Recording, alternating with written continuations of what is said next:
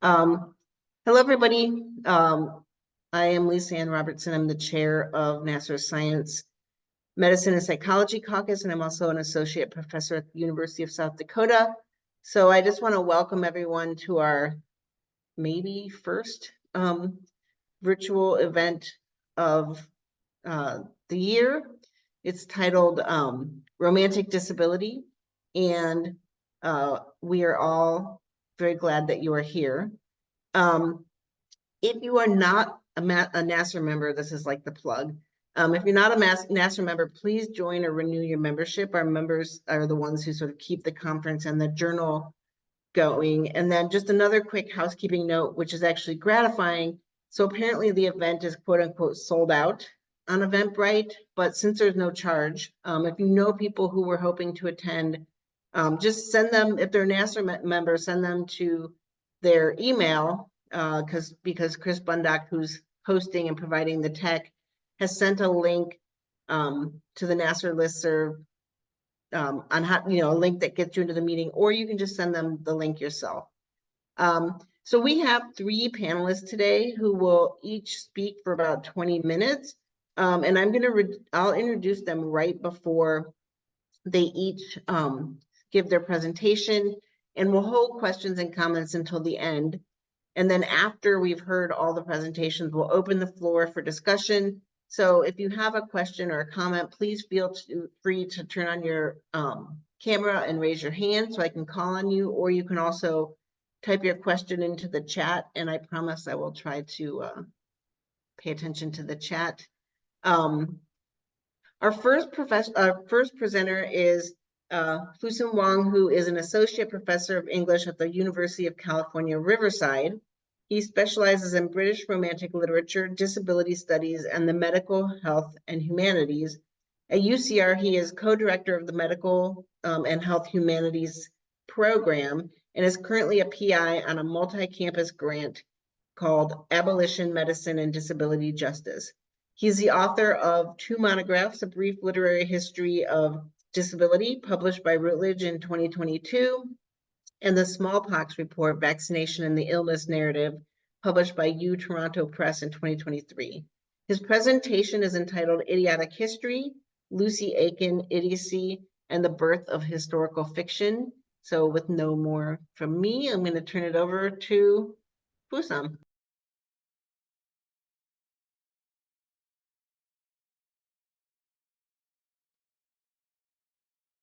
You're muted. You're muted.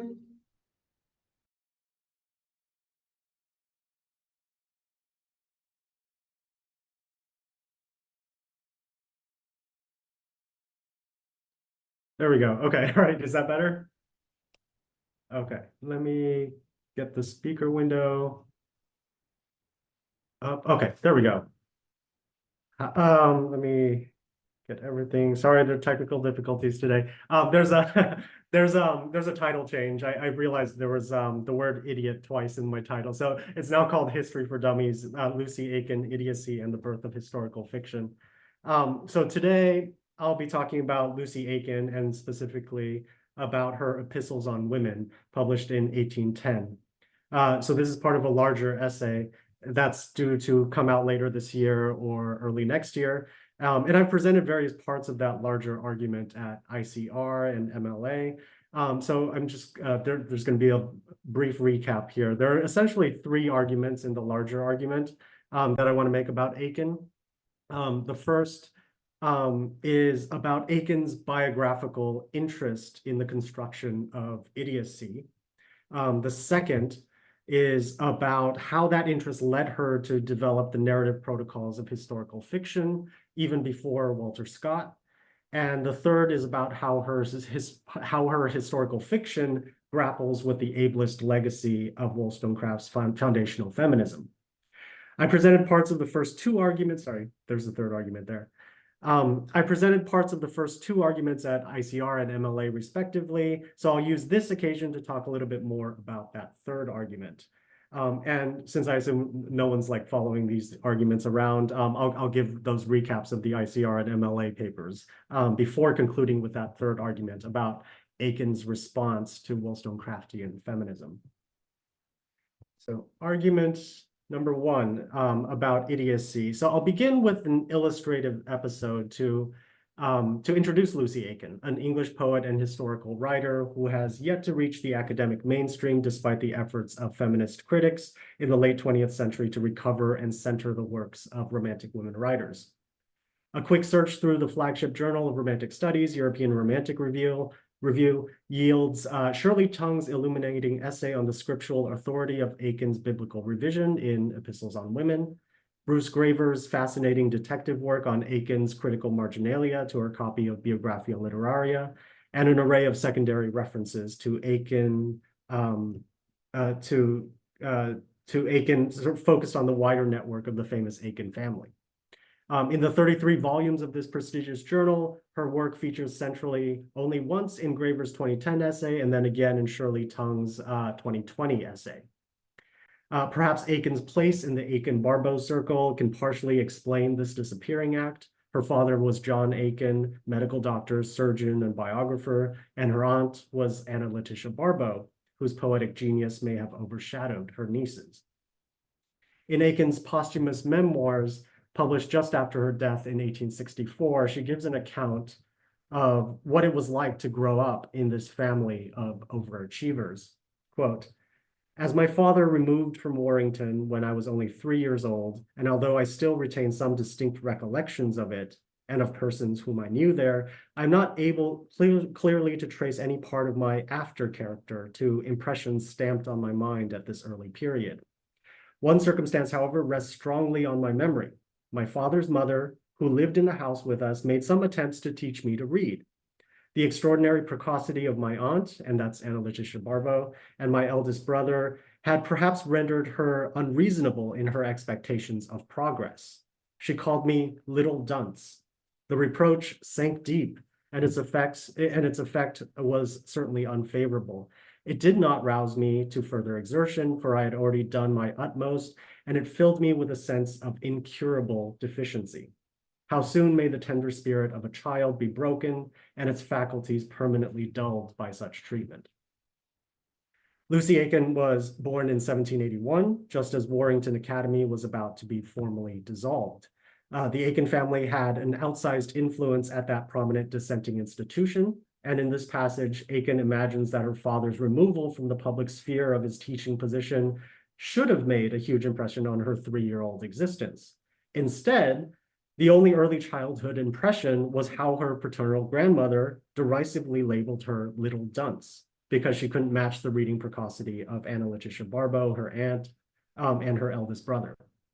And it was no feel-good story of her grandmother's tough love driving her to do better and achieve more. It merely inculcated for Aiken a sense of, quote, incurable deficiency, a broken spirit, and dulled faculties. Famously born into the educated literary elite of England's dissenting circle, Aiken learned from this tender age of 3 how to persuade, how to talk her way out of something like her grandmother's imputation of deficiency, brokenness, and dullness. From her father, Dr. John Aiken, she learned to delve into the inner lives of historical figures, and at the urging of her aunt, Anna Letitia Barbeau, Aiken received the best classical education anyone in the era could hope for. Family life in this eminent literary circle must have been a continual war of words. It is no wonder then that her first major work, Epistles on Women, ruffled feathers in the literary press.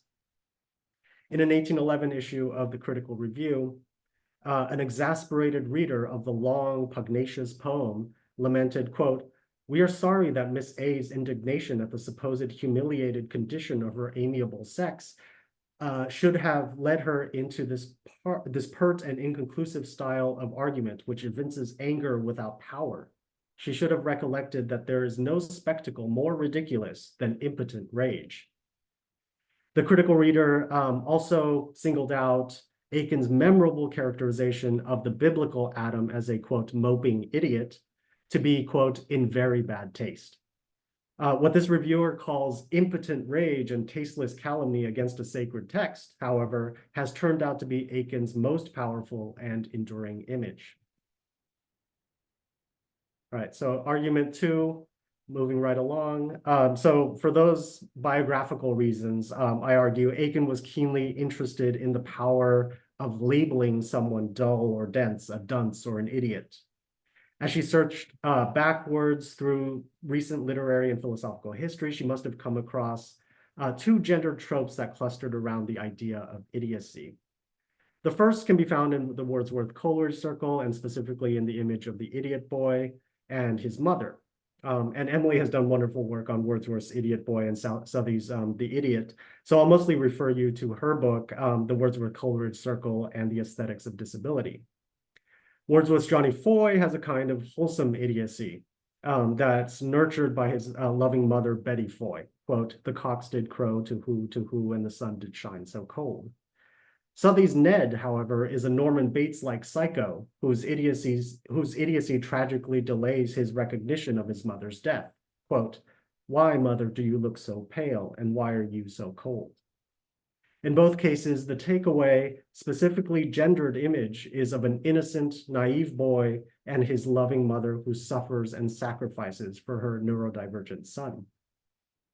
The second construction of idiocy that I'd like to discuss it comes out of Enlightenment era views about improvement. Wollstonecraft's Vindication of the Rights of Woman, written before Wordsworth's and Southey's Idiot Boys, had a very different view of idiocy. For her, idiocy was not an aestheticized celebration of how motherly love nurtures naive innocence, but a perniciously ingrained symptom of how, quote, "regal power in a few generations introduces idiotism into the noble stem and holds out baits to render thousands idle and vicious." She looks at the past, sneers at the incestuous bloodlines of nobility, and constructs idiocy as a disease, a socially constructed disease that can be eradicated through proper and equitable educational opportunities for women. Wollstonecraft looks forward then to a healthful, robust, and enlightened future in which we've reformed our patriarchal institutions and purged the past of the Gothic excesses of incestuous idiocy. Like Wollstonecraft, Aiken highlights how women have been socialized to be imbeciles and idiots.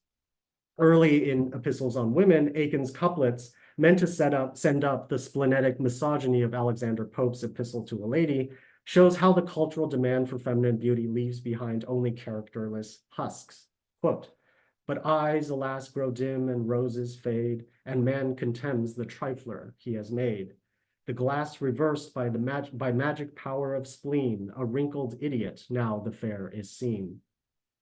But whereas Wollstonecraft was eager to move on to a feminist future that had righted the wrongs in the miseducation of women, Aiken entrenches herself deeper into the historical past and ambitiously tasks herself with a feminist revision of all human history, starting with the Christian myth of creation, the original idiots, Adam and Eve. Epistle 1 out of 4 rewrites the creation of Eve from Adam's rib. Quote, "But see, they meet, they gaze, the newborn pair, mark now the wakening youth, the wondering fair. Sure, a new soul that moping idiot warms, dilates his stature and his mien informs." So one way to read this moping idiot epithet for Adam would be as a devastating insult replicated from the, quote, "wrinkled idiot" from before. Kind of, "I know you are, but what am I" kind of reversal. Idiot is just the worst insult that Aiken could think of, and this is just pure vitriol. However, I want to suggest that Aiken isn't exactly proposing that idiocy is a weakness to be purged or an object of justified ridicule, as Wollstonecraft contends, but someone like Adam in search of a feminine-coded ethic of care. Instead of looking to Wollstonecraft's more vital and a viable feminist future purged of idiotic weakness, Aiken's feminism looks to the past to revalue the erased, undervalued, or marginalized of caring women and care-starved idiots. Idiocy, then, is a new way to experience and narrate human history from the bottom up. Walter Scott, famously credited by Georg Lukács as the first historical novelist, admits his partial debt to Don Quixote for this kind of bottom-up idiotic historical fiction in Waverley. Quote from this is Walter Scott. From the minuteness with which I have traced Waverley's pursuits and the bias which they unavoidably communicated to his imagination, the reader may perhaps anticipate in the following tale an imitation of Cervantes. But he will do my prudence injustice in the supposition. My intention is not to follow the steps of that inimitable author in describing such total perversion of intellect as misconstrues the objects actually presented to the senses, but that more common aberration from sound judgment, which apprehends occurrences indeed in their reality, but communicates to them a tincture of its own romantic tone and coloring. My provocation here about this famous origin story of historical fiction is that it's plain wrong, and not just because Scott isn't really the first historical novelist, it's also that Scott's nod to Cervantes here belies an unacknowledged debt to women writers like Aiken, who were already creatively writing and rewriting Wollstonecraft's imbecilic women into history. Sophia Lee's The Recess, written much earlier in 1783, for example, was already reimagining how women were at the center of the political intrigues of the Elizabethan court. And Scott's innovation then was just a simple gender swap. Instead of centering women protagonists constructed as imbeciles and idiots, Scott neutralized any hint of non-normativity into a broader, quote, common aberration from sound judgment, and popularized the everyman of historical fiction that Lukács celebrates. All right, so now we're to the Wollstonecraft part of the argument and seeing how Aiken sort of grapples with the feminist legacy of Wollstonecraft. Lukács' story about Scott that I talked about before has ended up erasing the vast historical imagination and intersectional feminism of Aiken. Wordsworth and Southey's idiot boys and their loving mothers return later with Scott's historical twist. Dickens's Barnaby Rudge features Barnaby, another idiot boy, and his mother, Mary, experiencing the historical turmoil of the Gordon riots of 1780. The narrator uses the journey of Mary and Barnaby to wax poetic on the nature of idiotic happiness. Quote, it is something to look upon enjoyment, so that it be free and wild and in the face of nature, though it is but the enjoyment of an idiot. It is something to know that heaven has left the capacity of gladness in such a creature's breast. It is something to be assured that, however lightly men may crush that faculty in their fellows, the great creator of mankind imparts it even to his despised and slighted work. Who would not rather see a poor idiot happy in the sunlight than a wise man pining in a darkened jail? And in the film Forrest Gump, 1994, there's a neurodivergent protagonist telling Slant the extended histories of the civil rights movement and the Vietnam War. He learns to be open to experiences from his mother's dying words, life is a box of chocolates. And so these popular post-romantic histories have smoothed out Aiken's eruptive humor and vitriol with the normative politics of relatability. Waverley's common aberration of the everyman, Barnaby's instructive, quote, enjoyment of the idiot, and Forrest's chocolate box of life. The point of Aiken's historical fiction, however, is not about these supposedly relatable slogans of common everyday life, but something much more daringly revisionist. For Aiken, it's not about imagining female strength in the future like Wollstonecraft, but about creatively excavating the stories of the neurodivergent body minds of the past. Her most famous work after the epistles were Memoirs of the Court of Queen Elizabeth in 1818, Memoirs of the Court of James I, 1822, and Memoirs in the Court of Charles I, 1833. In each of those, her historical fiction imagines the rich inner lives of women and the figure of disability in the Tudor and Stuart courts. But we've mostly forgotten all of these contributions to the birth of Aiken's stranger historical fiction. And it's perhaps because we've heeded Wollstonecraft's future of equality, strength, and universal good too well. Isaka Joshua's recent monograph, Physical Disability in British Romantic Literature, published in 2020, has done a wonderful job exposing this quote, and this is from Joshua, ableist ideology evident in Wollstonecraft's work.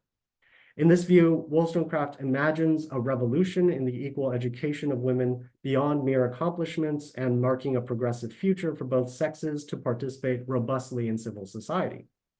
It is a future of strength and capacity in which women are cured of their culturally constructed fragility, weakness, silliness, and idiocy. Wollstonecraft's feminism depends on hardening fragile bodies and sculpting strength from weakness. In reference to her philosophical interlocutor, Rousseau, Wollstonecraft gives here an account of women and idiocy. I quoted a little part of this earlier, but here's the full passage here. Disgusted with artificial manners and virtues, the citizen of Geneva, instead of properly sifting the subject, threw away the wheat with the chaff. And that citizen of Geneva there is Rousseau. Without waiting to inquire whether the evils which his ardent soul turned from indignantly were the consequences of civilization or the vestiges of barbarism. He saw vice trampling on virtue and the semblance of goodness taking place of reality. He saw talents bent by power to sinister purposes and never thought of tracing the gigantic mischief up to arbitrary power, up to the hereditary distinctions that clash with the mental superiority that naturally raises a man above his fellows. He did not perceive that the regal power in a few generations introduces idiotism into the noble stem and holds out baits to render thousands idle and vicious. So Rousseau, that citizen of Geneva, prefers the state of nature to Genevan civilization. But Wollstonecraft suggests here that all the human corruptions that he's pointing out could be vestiges of barbarism rather than the sole fault of civilization. Instead, he should have been looking at the traces of the state of nature that have survived the civilizing effort, specifically arbitrary power, hereditary distinctions, and regal power. In her botanical metaphor of the noble stem, she imagines in a quasi-eugenic argument that civilization should work towards meritocracy and strength by rooting out the bad breeding of mental deficiency and idiotism. What is left would be the, quote, mental superiority that naturally raises a man above his fellows. When woman and man are finally on equal footing, civilization will have purged those, quote, vestiges of barbarism and the idiotism from the noble bloodline of humanity. So Wollstonecraft encountered the problem of miseducation and responded in The Vindication with plain-speaking prose and a philosophy of the enlightened future of equality feminism. There is good to be won, according to Wollstonecraft, if we just put men and women on equal educational footing. Aiken responds to the problem very differently. Instead of looking forward to Wollstonecraft's utopian future of lucid feminist prose, Aiken looks backwards and continues to dwell in the retrograde misogyny of Juvenal and in Pope's heroic couplet. She deftly turns the sexist sting of Pope's heroic couplets back against the 18th century satirist with her own viciously ironic manifesto. No Amazon in frowns and terror dressed, I poise the spear, or nod the threatening crest, defy the law, arraign the social plan, throw down the gauntlet in the face of man, and rashly bold, divided empire claim, unborrowed honors and an equal's name. No, heaven forbid, I touch no sacred thing, but bow to right divine in man and king. Nature endows him with superior force, superior wisdom, then I grant, of course. For who gainsays the despot in his might, or when was ever weakness in the right? So instead of Wollstonecraft's rational prose, Aiken arms herself with stingingly ironic verse, drenched in devastating false modesty. And instead of praising the future of the properly educated woman, Aiken slyly makes a case for the rightness, morality, and justice of historical weakness. Aiken's historical fiction arms the speaker with the literary tools of bygone sexists and goes back in time to right the wrongs of civilization. She goes back to the Garden of Eden to describe a lonely Adam as, quote, vainly intelligent and idly strong, Without the influence of a mother, a sister, a partner, he's a mere man who stares blankly, vacant and sad, and at the wonders around him, and feels nothing inside beyond his mere existence. In Epistle 2, civilization rolls on ahead to Adam's caveman descendant, the noble savage celebrated by Rousseau. Quote, mark the grim ruffian roll his crafty glance, and crouching slow his tiger step advance. With brandished club surprise his human prey, and drag the bleeding victim bride away, while shouts triumphant wake the orgies dire, and rage and terror trim the nuptial fire. So whereas Wollstonecraft responded to Rousseau, that citizen of Geneva, with an argument that quickly pivoted to the improving bloodlines of the eugenic future, Aiken stays with his problematic construction of the noble savage to document document that noble savage's outrageous sexual violence against his, quote, bleeding victim bride. And in their introduction to Aiken's work, Anne Malore and Michelle Levy discuss the key difference between these approaches. They say, whereas Wollstonecraft argued that the sexes were in all significant respects equal and should be educated to do the same work in society, a position we now call liberal feminism or equality feminism, Aiken insisted that the female sex is in one all-significant way superior to the male sex. The female maternal instinct transforms women into beings even nobler and more virtuous than men. I would probably go even a bit further to claim that Aiken's insistence on the superiority of the female sex is not just about what Malore and Levy call maternal instinct. It's also in the capacity of the remarkable women in epistles 1 through 4 to inhabit what Aiken variably calls weakness, dullness, imbecility, or idiocy. Epistles on Women builds both an ethics and an aesthetics around those disabling conditions, rather than, as Wollstonecraft does, philosophizing them away into the utopian horizon of the future. And that's it. Thank you. Thank you very much. That was fantastic. I'm looking forward to discussing it. Was I on time? That was okay, right? I think so. I haven't been paying that close of attention. Oops. I was too fascinated. Our next speaker is Laura Kreml, who is an assistant professor in English at the Department of Niagara University, where she teaches courses in 18th and 19th century British literature and Gothic studies.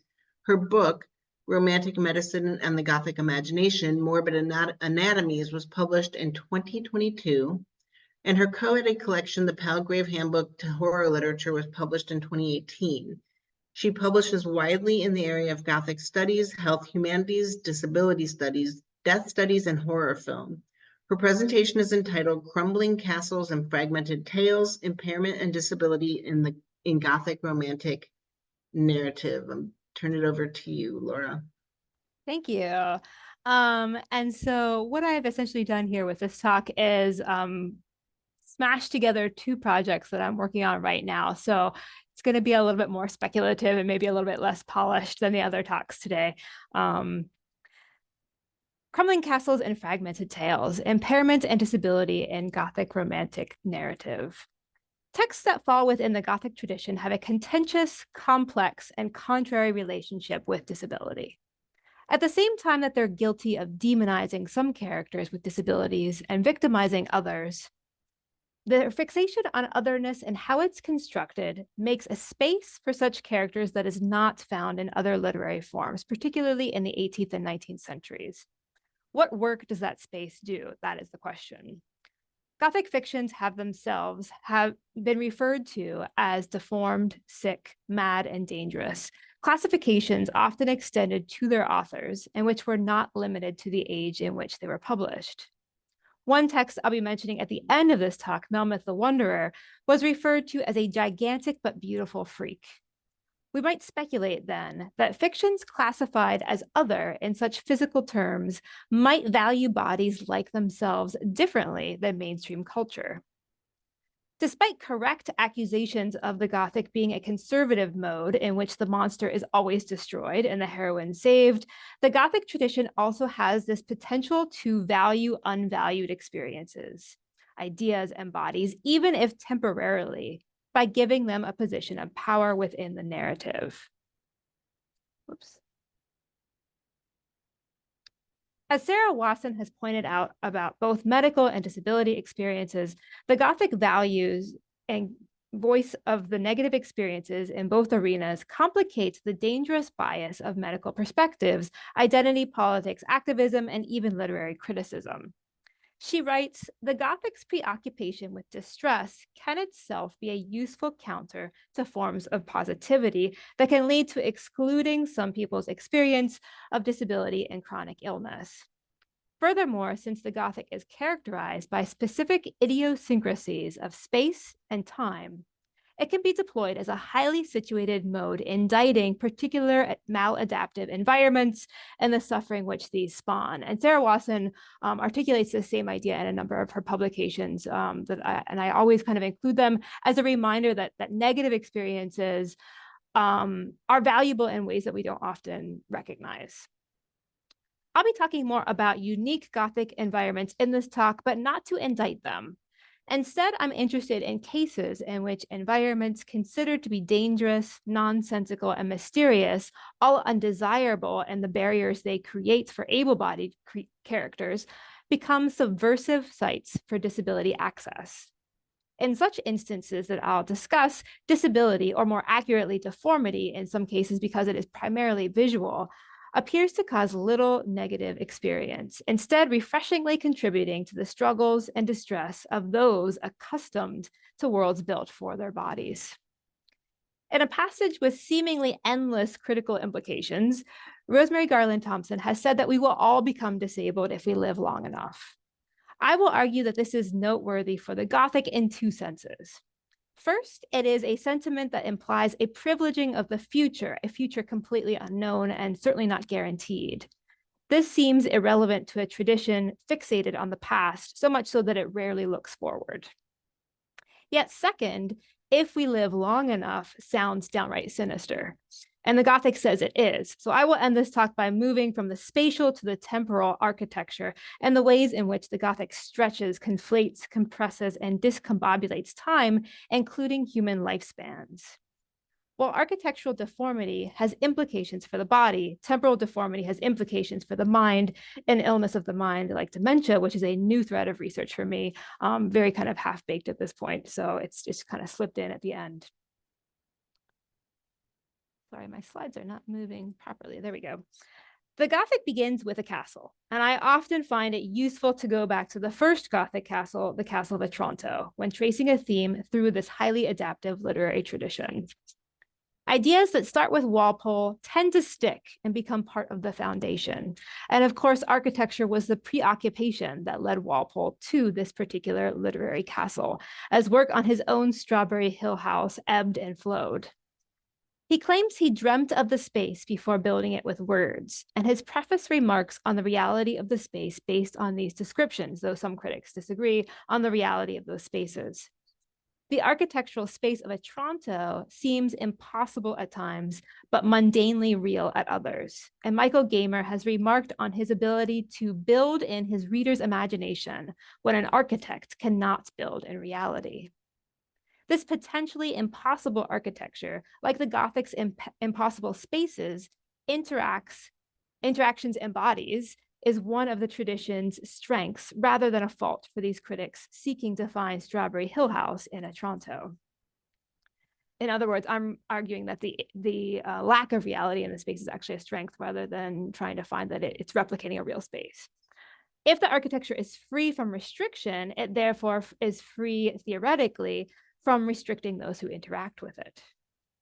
The close alignment of architecture and imagination in the 18th century becomes cemented in the Gothic tradition from these early moments. As Dale Townsend writes, the architectural forms were capable of conjuring up vivid, imaginative visions in the minds of those who beheld them. This was an assumption set in place by the aesthetics of associationism, a way of conceptualizing architecture, the imagination, and the relationship between them. Spaces ruled by imagination, spaces ruled by emotion and feeling rather than practical calculation in part contribute to the inclusion of the castle among the cast of characters, though still one of the most sensible of that cast. Otranto establishes the architectural tropes that other texts will follow. While it may follow no or few rules, it is itself making rules. These rules prioritize aesthetic over classical or strictly practical design. As Townsend explains, it was precisely the apparent rulelessness of the style, its resistance to dissection and internal ordering along classical lines, that enhanced its imaginative potential. I will argue that this prioritization of aesthetics is important, not just because it provides more opportunity for imaginary structures beyond conventional architectural rules, but also because of the way in which disability was conceptualized in the 18th century. The category and label of disability is fluid and unsettled even today. As Wasson has said, uninterrogated investigation of the difference between disability and impairment can exclude negative experiences that may complicate that difference. Along with scholars like Asaka Joshua in her study of 18th century disability, she explains that the use of the term disability in that era did not necessarily correspond to physical impairment or physical exclusion from experiencing the world, in favor of a broad category of being disabled or unable in a wide variety of ways. Disability is not a common word in the period, Joshua explains. Deformity, however, is frequently used and is the dominant heterogeneous category used to describe congenital and acquired impairments that are visible, understood in aesthetic terms without explicitly referencing function. It comes as no surprise then that the Gothic, with its prioritization of aesthetics and affect, would be no different in using terms like deformity almost exclusively over disability. In fact, as Kathleen Hudson has pointed out, there are very few characters in the early Gothic who would be considered to be disabled under a modern definition. In my study of disability in this presentation, then, I explore bodies that in some way challenge the aesthetically normative whole body in considerations of architectural space, turning to invisible functional difference near the end of the context of temporal structure. I am not interested in assigning disability identity to characters, particularly as the Gothic appears to delight in disrupting reliance on such categories. Even the category of character is uncertain in the Gothic tradition, encompassing a wide range of non-human entities, all of which nonetheless have bodies that may be considered different. Townsend writes that within Walpole's fictional castle, we might say the architecture is as fractured and lacking in coherence as the body of the giant that comes to inhabit it. And this is where I will begin, making the argument that the Gothic presents us with cases in which characters with non-normative bodies considered deformed, potentially disabled, can navigate Gothic structures with greater ease than characters traditionally considered to be able-bodied. Accessibility is not something the Gothic would be thought to specialize in. Rather, it goes out of its way to make inaccessible physical locations, key characters, crucial communication, forbidden knowledge, even parts of its own narrative. One of its key components, the sublime, is by definition disabling.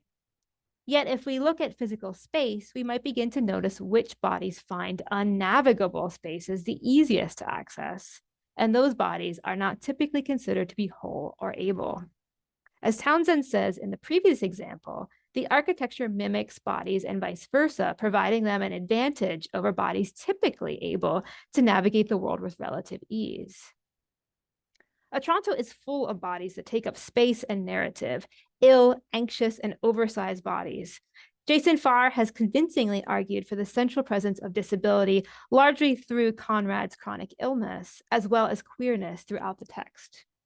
He suggests we might also think about the novel as crip for the ways that it situates impairment as the critical, resilient center of narrative that haunts healthy, able bodies, describing how queerness and disability disturb the promises of reproductive futurity. I will argue that the presence of non-normative bodies goes even beyond the critically ill Conrad, who is crushed under a giant helmet on his wedding day, Along with that helmet, there will be appendages and limbs, which I want to place a little more emphasis on as not just disturbing to the able bodies who witness them because they are oversized, but also because they are impossible fragments. On one occasion, 2 servants witness a giant foot and leg lying on the floor. On another occasion, another servant witnesses a giant hand. Both are spoken about as if they were independent entities, unattached to even larger bodies. Importantly, the servants are adamant that they are not ghosts, but neither are they whole and complete bodies. I had rather see 10 whole ghosts, one remarks, insinuating that these stray and unruly extremities are terrifying because they are real and non-normative. When the other servant witnesses the giant hand, they cry, "Oh, the hand, the giant hand, support me. I am terrified out of my senses," assuming that it belongs with the foot, as they are similar in size, though do not appear to be verifiably attached. I would categorize them according to the 18th century definition of its deformity, as they demonstrate aesthetic difference rather than physical impairment. Manuel Herreto Puertas speculates that it was Walpole's chronic gout that may have inspired these scenes of enlarged hands and feet that appear beyond the control of any body to which they might belong, and belonging to themselves as their own sense of bodiness. What's more, they appear to have access to parts of the castle denied to other characters whole in body, something Puertas suspects Walpole may have envied in his condition. Unsurprisingly, he says, while witnessing his hands and feet swelling and paralyzing him, Walpole started to dream and write about expansive body parts that tear buildings apart. Characters who attempt to pursue the hands and feet have doors slammed in their faces. These scenes are particularly detailed in a novel in which detail is often unnecessary, describing turns down hallways and placements on uppermost banisters. Otranto itself is accommodating bodies as aesthetically deformed as itself and making navigation more challenging, even impossible for characters accustomed to find their way with ease. The rest of the novel is full of slammed doors, dark foreboding passages, treacherous stairs, and inaccessible rooms. What's more, though the body parts appear powerful and confident in their placement, all the bodies around them are falling apart metaphorically. Manfred is constantly on the move while unable to get anywhere. His anxiety is palpable as he rushes from disaster to disaster, even to the extent of his communication being rushed as he continually interrupts people. His hypermobility is just as disabling as the shock of his servants.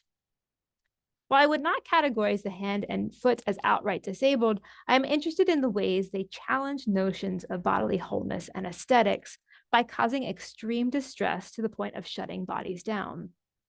While I would not go so far as to suggest these body parts are part of the Burkean sublime, they exist within a tradition whose primary aesthetic theories are characterized by just this ability to incapacitate, to disable.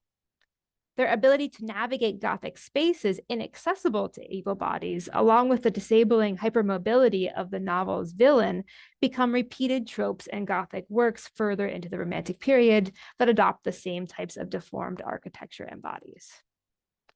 Fragmented bodies with an uncanny ability to navigate Gothic spaces becomes a repeated theme after Otranto. Kathleen Hudson has identified moments in which visible disability or deformity is worn as a disguise in Matthew Lewis's 1796 novel, The Monk. Characters infiltrate heavily guarded spaces by feigning partial blindness with a simple eye patch, which disarms their foes and tricks them into allowing them safe passage to visit their loved ones held hostage. As Hudson argues, disability in this mode is coded as a masquerade performance or as a physical manifestation of Gothic narrative. This strategy constitutes a negotiation of the dialectics of invisibility, otherness, and repression within recognizable processes of self-fashioning and self-narrating identity. What I want to stress about her analysis of performed disability identity is, again, that spaces that disability or deformity can access are usually designed to exclude another Gothic subversion of typically disabling structural environments. As Bess Williamson defines it, access signals a shift away from attempts to fix or cure disability on an individual level and towards an emphasis on social or legal interventions. Access implies social potential, not dependent on correcting the disabled body, but instead made possible through institutional and material change. The characters in The Monk lose access when their bodies are revealed to be complete and normatively abled, when they are no longer disabled. But in other cases, characters who hide their deformities navigate impossible Gothic spaces, even without advertising this difference. Mary Ann Radcliffe's 1809 novel Montfrenet, or The One-Handed Monk, features a castle similar to Otranto, but even more unnavigable by the average occupant, even those who live there. Otranto features one secret passage and a series of slamming doors, but the Castello di Colorado seems to have endless passages that lead to secret rooms and dungeons. A passage found in Rosalina's chamber, even unbeknownst to her, provides access to characters who would be considered to be non-normative. Early on in the circuitous narrative, this passage becomes a channel to disability, delivering a devious visitor to her bed one night whose attempted rape is interrupted by her father, the Duca, chopping the assailant's hand off. And so we have the character of the title here, the one-handed monk.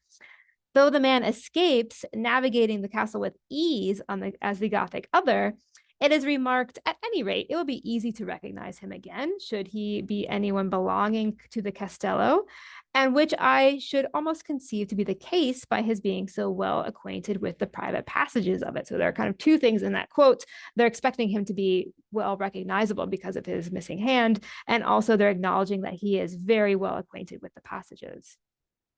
But neither is really the case. The intruder is the man who has been courting Rosalina against her will, Montfrenet, who is supposed dead. He is not dead, of course, but has assumed the disguise of a monk who demonstrates an even more extensive ease with the Castello's many secrets than its previous form did.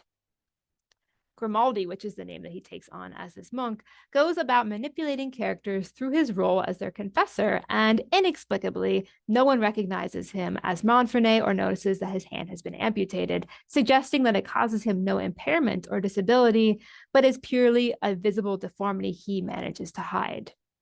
It is only when Montfrenet attacks Rosalina again that he reveals he is an amputee and therefore Montfrenet.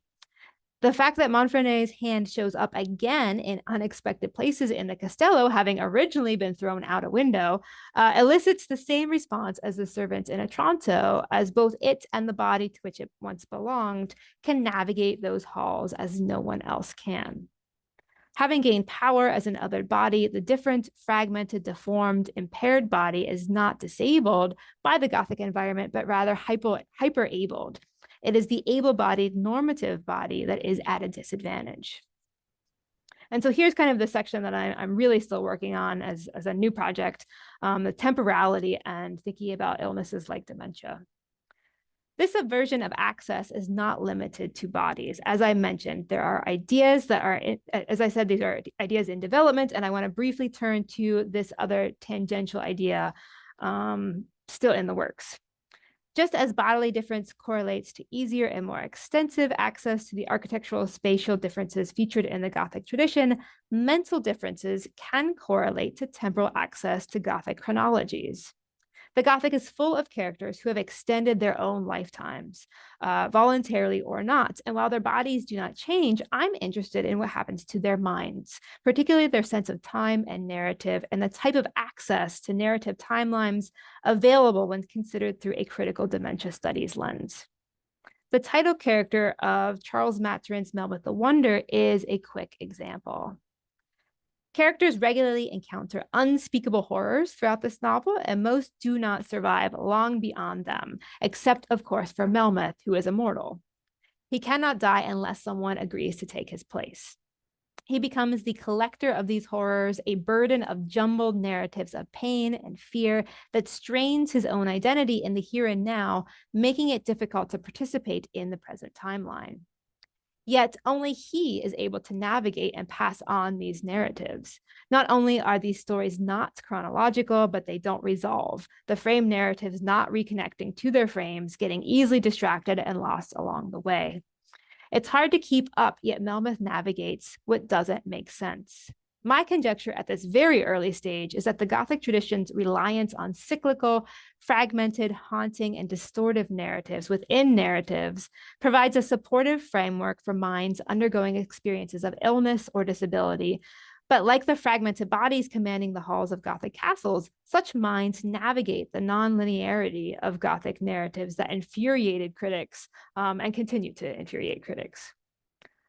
Although similar to reported temporal narrative experiences of illness like dementia, the Gothic provides narrative structures inclusive of disabled minds and bodies typically excluded from access, frustrating and confounding characters and readers who do not experience impairment.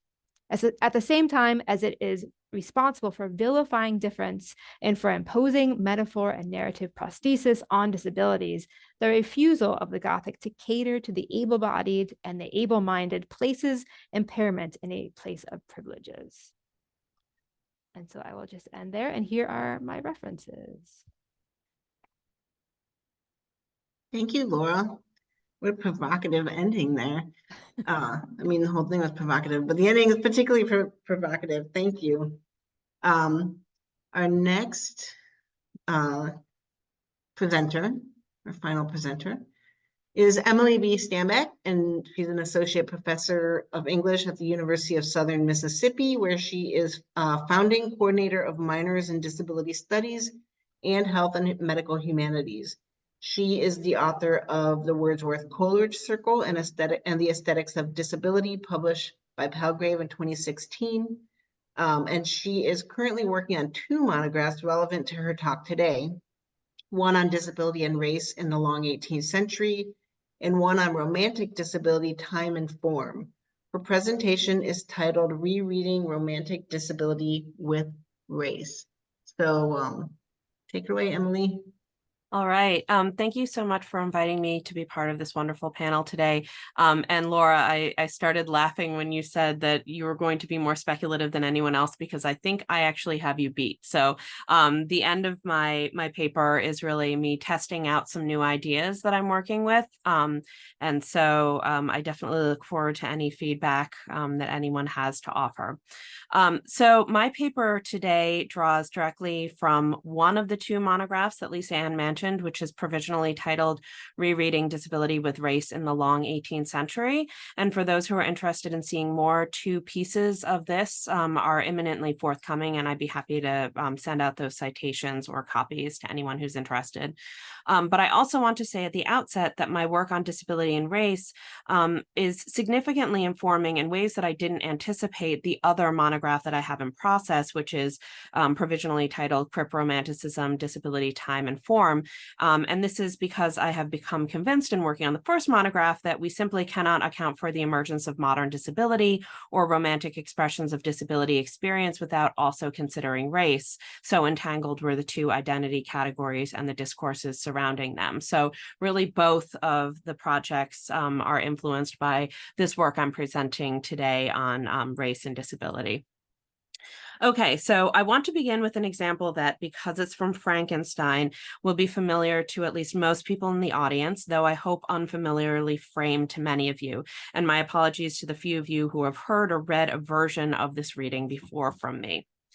In the 4th letter of Mary Shelley's novel, Captain Walton writes to his sister of so strange an accident that he feels required to record it. He goes on, "We perceived at the distance of a half mile a being which had the shape of a man, but apparently of gigantic stature. The following day, the crew discovered Victor Frankenstein, of whom Walton notes he was not, as the other travelers seemed to be, a savage inhabitant of some undiscovered island, but a European." Here, Walton adopts an anthropological perspective, engaging the discourses and preoccupations of natural history and race theory. What interests me about this passage is that the creature had only been visible from a distance. The only data, that is, on which Walton seems to judge him to be a savage is his size. So put otherwise, Walton extrapolates race from what at the time was also a marker of disability, that is, gigantic stature. And in doing so, he establishes the creature as other to the European self, both Walton himself, his sister Margaret, to whom he writes these letters, and also Victor Frankenstein. Here and elsewhere, the novel's descriptions of the creature reveal a displacement and slippage between disability and race as identity categories. And Frankenstein as a whole likewise engages both of these contemporaneous discourses by interrogating questions of identity and monstrosity.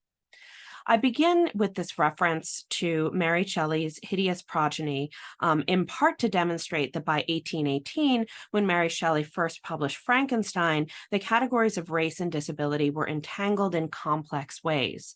Their entanglements, moreover, were recognizably linked to nationalist and imperialist projects that anchored European identity. And historians, including Jim Downs, have convincingly outlined many of the ways that the development of modern medicine in fact depended on such imperial contexts, what Suman Seth calls, quote, the mutual shaping of medicine and the 18th century British Empire.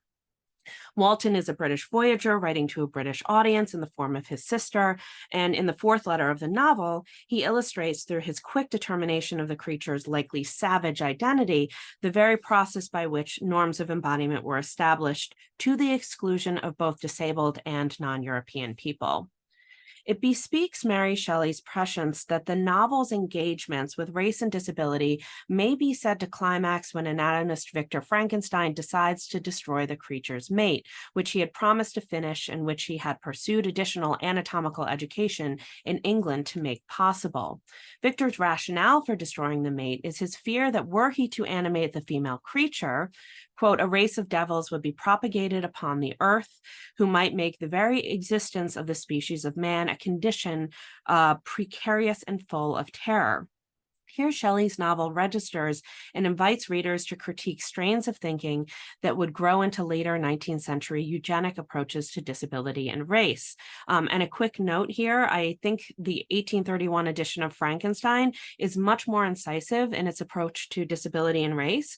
And so I do think that these critiques that I've just mentioned are ones that Shelley very much had in mind when she wrote the novel, because she continued to work on them and strengthen them in revising the novel. There have been several scholarly responses to Frankenstein that read the creature as disabled or as engaging concepts related to disability, such as monstrosity or deformity, and these include Fuson's fantastic reading of the novel.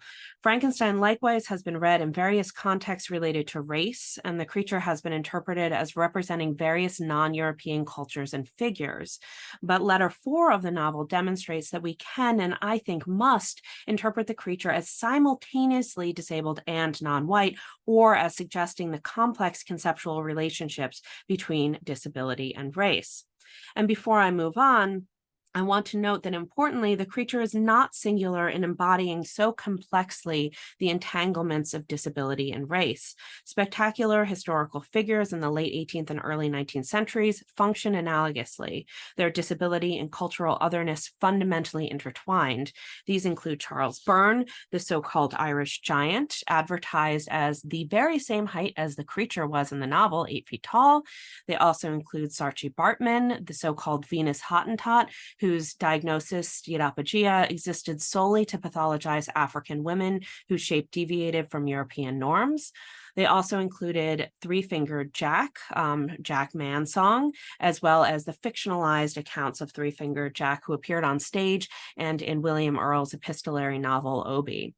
And there are lots of differences, interesting differences between these three historical figures, but in the accounts of all of them, cultural otherness and disability work hand in hand. They confirm one another, they depend on one another. Part 2, Race and Disability, an overview. So scholars who have looked at the relationships between disability and race have tended to focus on the later 19th century to the present day, and thus far, scholarly conversations about romantic disability and romantic race have largely developed in parallel, although I think that's starting to change. As Stephanie Hunt Kennedy has compellingly argued, the development of modern understandings of race and disabled bodies were inextricably bound together during the period of England's imperial expansion. In various forms of imperial encounter, peoples of other cultures and later of other races were evaluated according to the same standards by which people could be judged disabled, by size, for example, or strength or intelligence or constitution, so susceptibility to disease, or later on, general health. And these assessments were in no way objective, despite consistent claims to the contrary. Medical and scientific texts did not describe embodied human difference, they created human difference. And they did so to sometimes implicitly and sometimes explicitly promoting imperial interests. Especially later in the 18th century, such taxonomies became particularly invested in upholding what Paul Youngquist calls proper embodiment, explicitly yoking whiteness and able-bodiedness, and also establishing links between disability and various non-European cultures. And so to give just one specific example of how this worked in practice, the medical writers who theorized race and practiced plantation medicine helped to create a justification structure for the plantocracy, often by asserting that those of African descent were characterized by inferior intelligence, inherent moral laxity, and superior physical resilience, including a higher pain tolerance than that of Europeans. And these are two texts that you can refer to if you're interested in these topics. In forthcoming work, Travis Chi-Wing Lau has written of the dependency of racial science on disability, that redefining racial science as ableist science helps to underscore how every historical account of race is also a historical account of disability. And then, of course, the conditions of plantation labor and the violence and abuse to which the enslaved were so often subjected created a great deal of disability as well. So racial others were aligned with disability and were often disabled by the material conditions of empire. And while I do not think that in 1800 disability was racialized to the same extent that racial others were made disabled, I will suggest later that during the Romantic era, we can see the increasing association of crip experience with other cultures.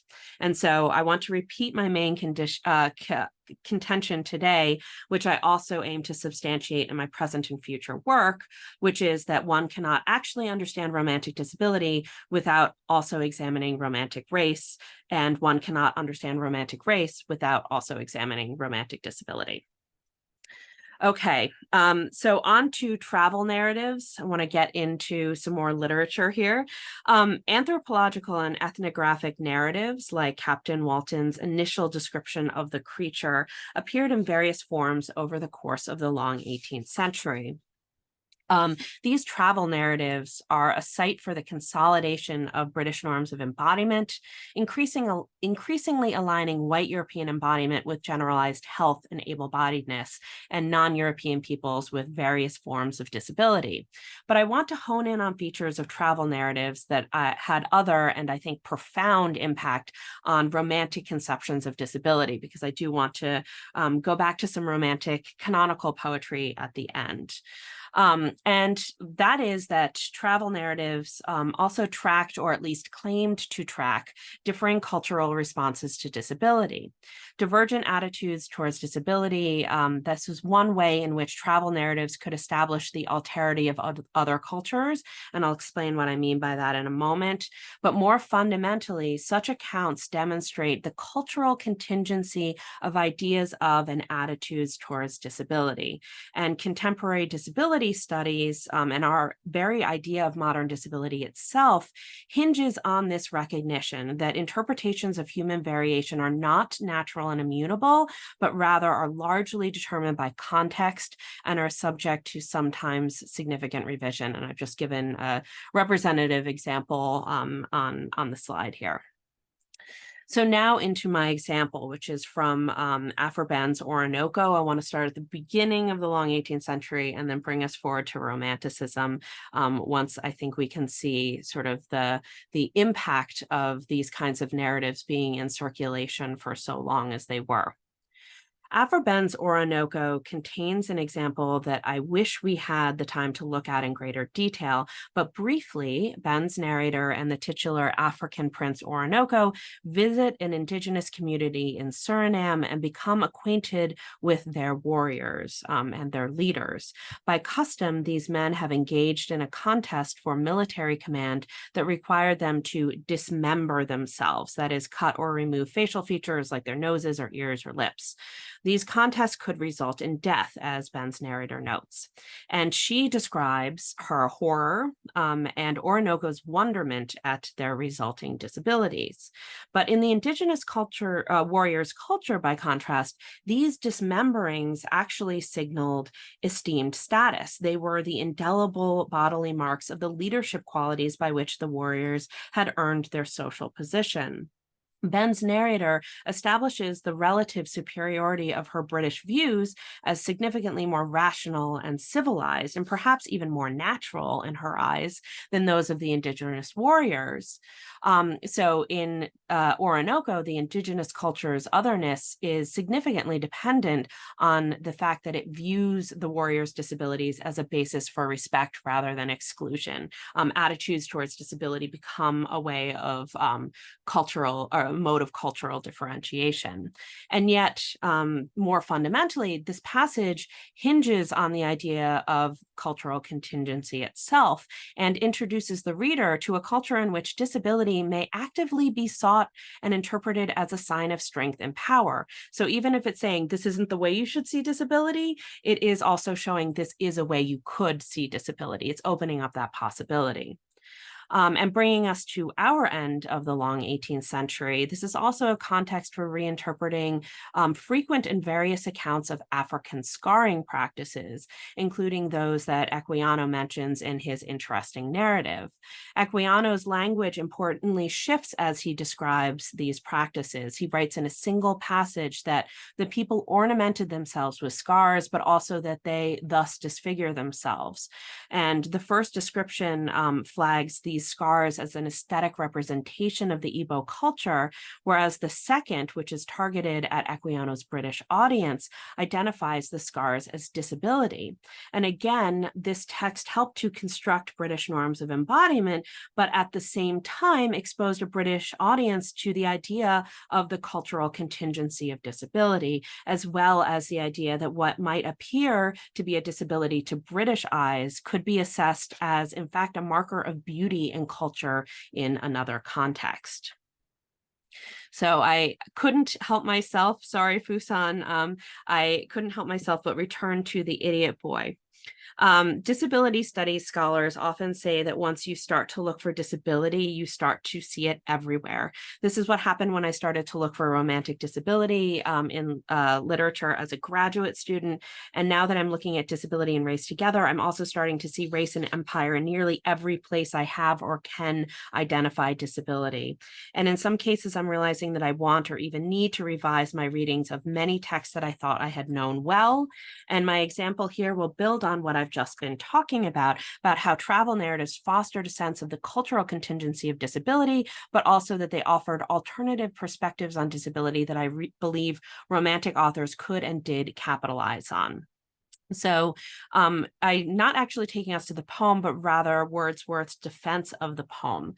Some of his early readers of The Idiot Boy, which was first published in Lyrical Ballads in 1798, found the poem inappropriate for its rendering of intellectual disability and the love of a mother for her disabled son. One such critic was John Wilson. In an 1802 response to Wilson, Wordsworth defended The Idiot Boy, noting the variability of responses to idiocy even within England. But strikingly, Wordsworth defends his own poetic depiction of idiocy through a reference to what he understood to be other cultures' views of intellectual disability. Wordsworth ascribes to the belief that, quote, they're idiots, life is hidden with God, and he claims that they, idiots, are worshipped probably from a feeling of this sort in several parts of the East. Among the Alps, where they are numerous, they are considered, I believe, as a blessing to the family to which they belong. As with other authors, Wordsworth interprets and quite possibly misinterprets alternate cultural perspectives on disability according to his own personal values, but importantly, he demonstrates and reinforces an insight central to the long 18th century travel narrative that conceptions and assessments of disability are very fundamentally dependent on perspective, context, and framing. Moreover, Wordsworth does not just decenter and denaturalize genteel British norms, he also argues to Wilson that what his poem aims to do is to cultivate a sense of a more moral approach, such as that he hopes his poetry might affect, and that actually aligns with those who are typically judged less civilized, so the English lower classes and Eastern cultures. And here's where I'm going to get really speculative. In my book, I read Johnny Foy as a figure of the Wordsworthian poet, and I still do. But I now find it especially provocative that Wordsworth looked so far abroad to imagine Johnny Foy into being, something that I don't think we can detect when we look at the poem itself. And let me just underscore that again.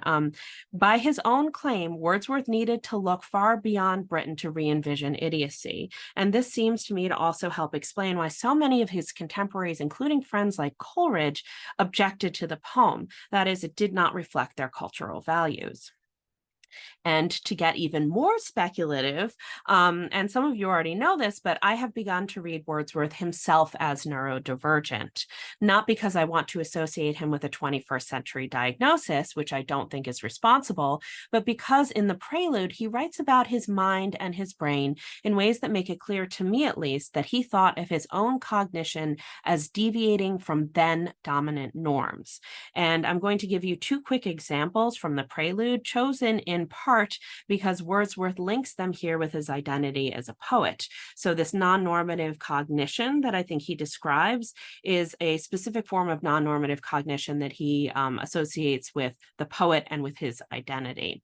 So he writes of the poet's fits, which is a medicalized term, when he is neither sick nor well, though no distress be near him but his own unmanageable thoughts. So that sort of twilight zone between being neither sick nor well, the unmanageable thoughts, and that as defining the poet. And I think even more compellingly in book 4, before encountering the discharged soldier, Wordsworth describes walking with his dog like a river murmuring and talking to itself. And the dog would warn him of a person approaching, at which point he writes that I hushed my voice, composed my gait, and shaped myself to give and take a greeting that might save my name from piteous rumors such as wait on men suspected to be crazed in brain. So when he is acting like a poet, he might seem mentally ill to those who are looking on.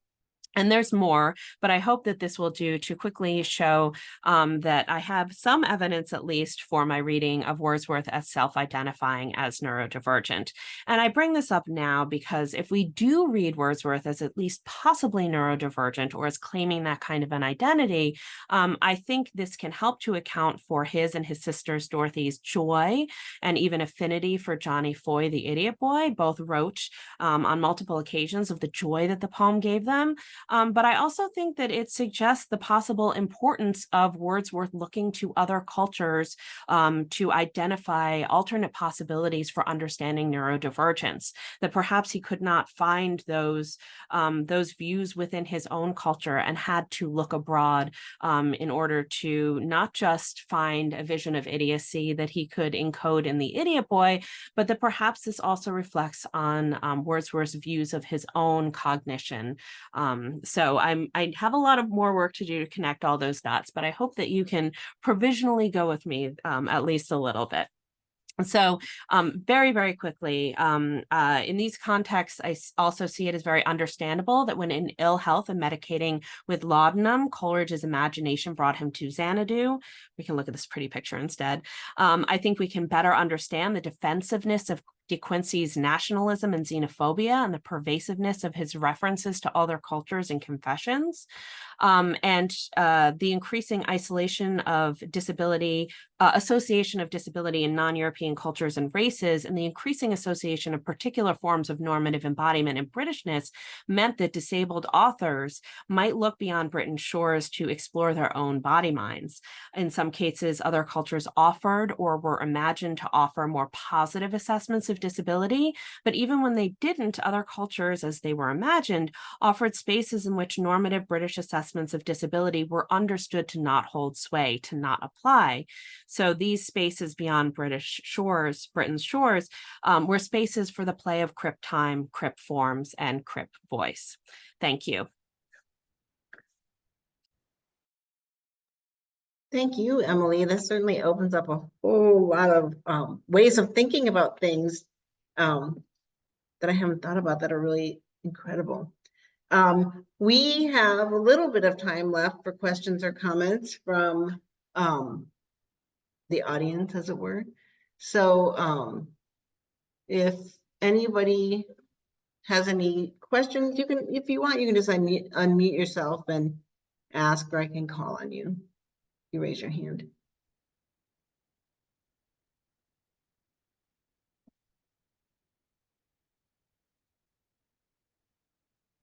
Sharon, go ahead. Hi, I hope you can hear me.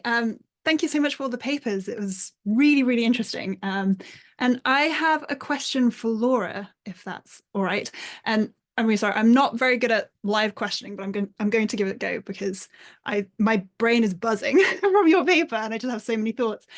So I don't work on like long fiction or novels, but my research is on disability and Northern antiquarianism, which is of course connected to the Gothic in many, many ways. And I'm actually kind of transitioning in my postdoc project from kind of disability into death studies. And you mentioned that you kind of was interested in that too. So my question is more from just general curiosity about your source material and your approach, I guess. So you were talking about these bodies and these kind of inaccessible, accessible spaces and the architecture of the kind of the Gothic places that the interactions happen. And it was really, really interesting. And I just hadn't really thought about it in those terms. So I was kind of wondering, what happens when these kind of bodies and these interactions kind of move perhaps towards like a point of in extremis, right? Like to the point of near death and kind of the interactions between, like, I mean, are there examples of where disability or death kind of interact within those kind of architectural spaces? And like, is that kind of threshold of death considered an accessible, inaccessible space? Because in kind of the Northern antiquarian texts that I look at, a lot happens in that kind of liminality. There's so much happening in that space between the bodies, and it is both inaccessible and accessible depending on the interactions. And it really creates these interesting questions about the literal and metaphorical value of disability and death and deformity aesthetics and just decay. So I guess I'm just curious, in your material, like, are there examples of that? How do you kind of navigate it yourself?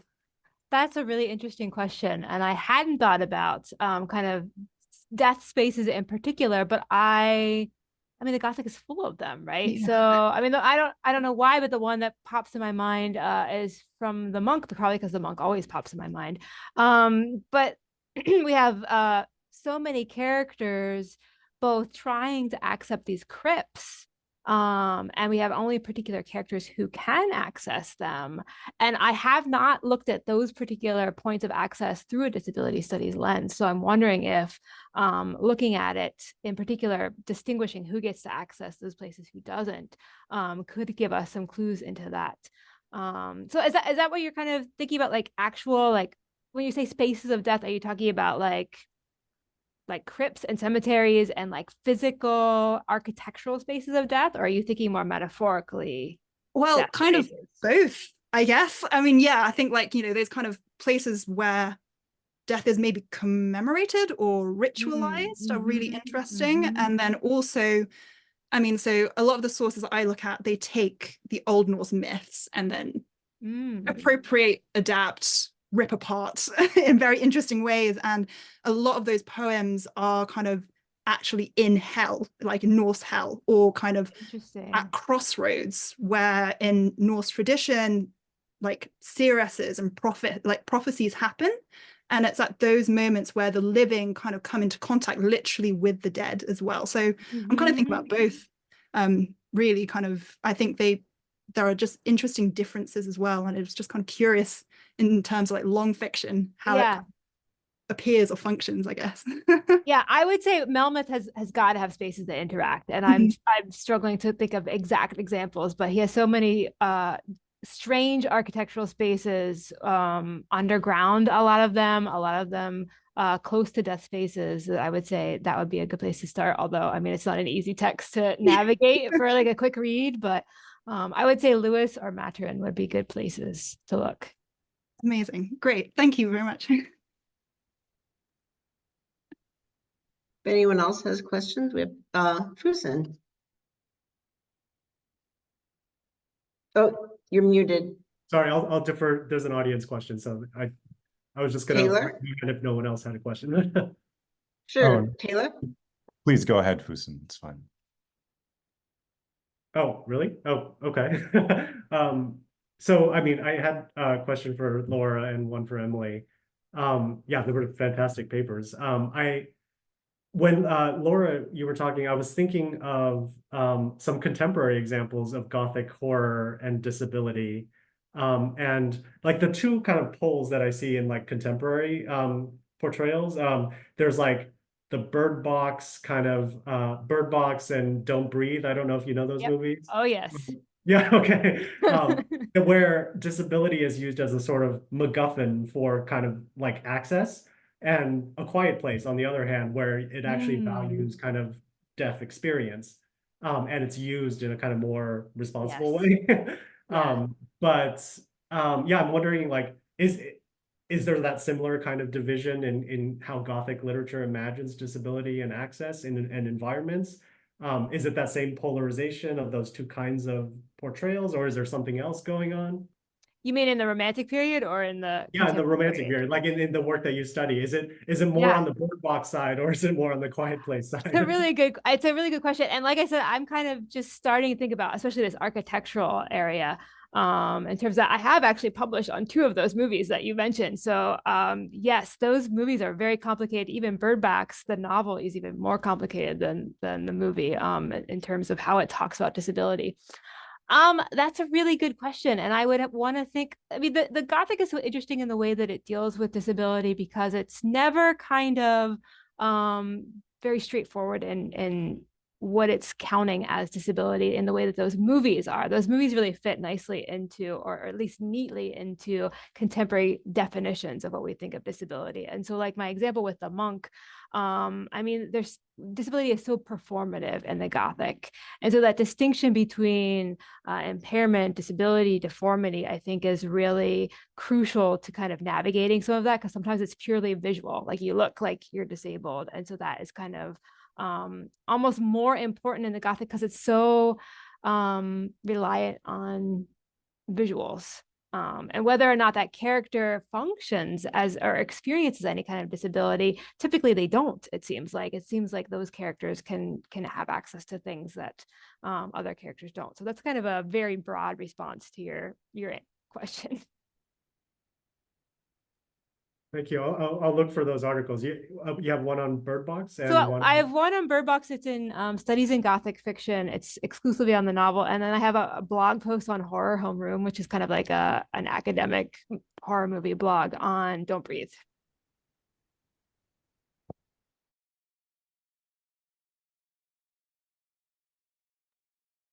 So if we have time for one more question, Taylor, if you want to. Sure, I'll ask my question. Thanks, Lisa, and thank you all. Those were really fantastic papers. My question was for Emily. I was wondering if you could say a little bit more about where this project of British authors looking abroad, whether imaginatively or something somewhat different, to find these sort of alternative models of disability leaves race and race making, because you're kind of valuing those moments positively in some sense, these alternatives. But of course, a lot of, looking abroad and positive valuations of racialized others in the 18th and early 19th centuries aren't good, figures of the noble savage and so on and so forth. So do you see, let's say, what Wordsworth is doing? Do you see that is doing something more productive, or does disability in this case, in fact, work, more insidiously to support and shore up an emergent form of whiteness in the early 19th century. Where exactly is race at the end of this here, or how does this work in the broader kind of project of race making that's occurring at this period is what I'm wondering. Thank you for asking that question. And I was sort of trying to figure out how to get at a version of that without going, far, far over time. Because I think, and that was sort of why I threw the reference to De Quincey in at the end, because I think that I'm very troubled by a lot of these uses, I think, of other cultures as an avenue for the exploration of disability experience, CRIP experience. I am troubled by the implications of those otherwise potentially positive in a disability context expressions when looked at in the context of British Empire and nationalism. And I think I'm sorry, I'm trying to think myself into a coherent answer to give another example of something that I'm thinking about. I'm thinking about Wordsworth's spots of time as neurodivergent time, as CRIP time, and also Mary Prince's repetitions as a version of spots of time, and thinking about how these alternate modes of temporality perform different functions for different people, and that only some people were able to capitalize on the imaginative possibilities of these kinds of alternate temporalities and alternate aesthetic avenues for CRIP experience. And I'm not sure that I have I guess I don't have a totally coherent answer, except that it is completely troubling and that I don't think that there's anything good about it in terms of, the making of race, because I think that it was sort of unidirectional. I'm not going to say it was parasitic quite to that extent, but I don't think that it certainly did anything for, the people who were being, abused and exploited by empire, by the cogs of empire. Taylor, am I sort of getting at an answer to your question?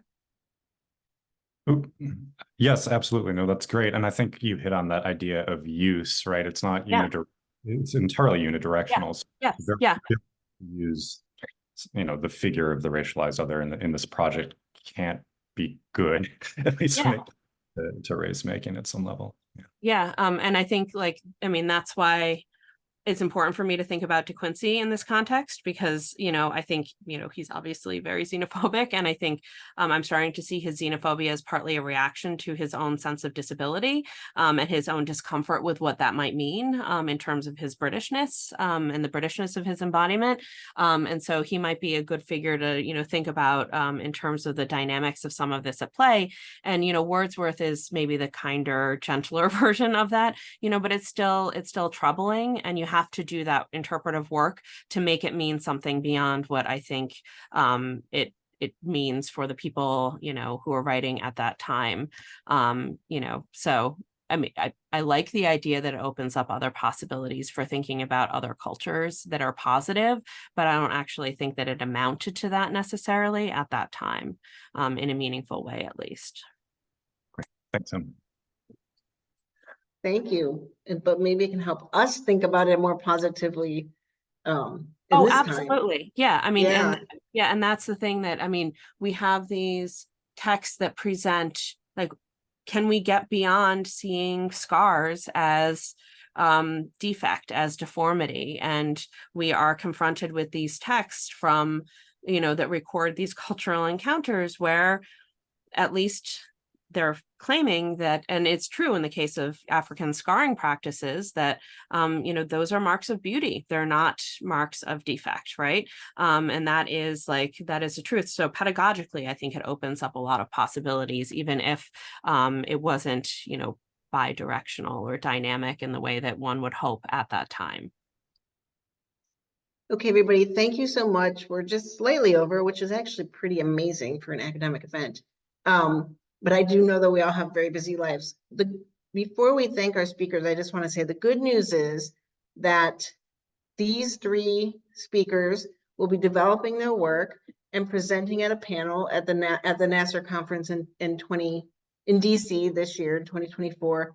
So we will all have an opportunity, fingers crossed, to continue this conversation and probably I will be like cornering each of you and asking you questions. So not to scare you, but all right. So thank you everybody for coming. Thank you for presenting. This was a fantastic and very thought-provoking panel, which has been productive even for my own research, which is not disability studies, but I work on medicine. So anyway, let us give a round of applause. I don't know how to do that. Why don't we just, we're all thanking you for your time and for your wonderful presentations, and hopefully I'll see you all at the NASSR conference. Any last comments or anything from any of the speakers? All right, well, thank you, and have a great rest of your week.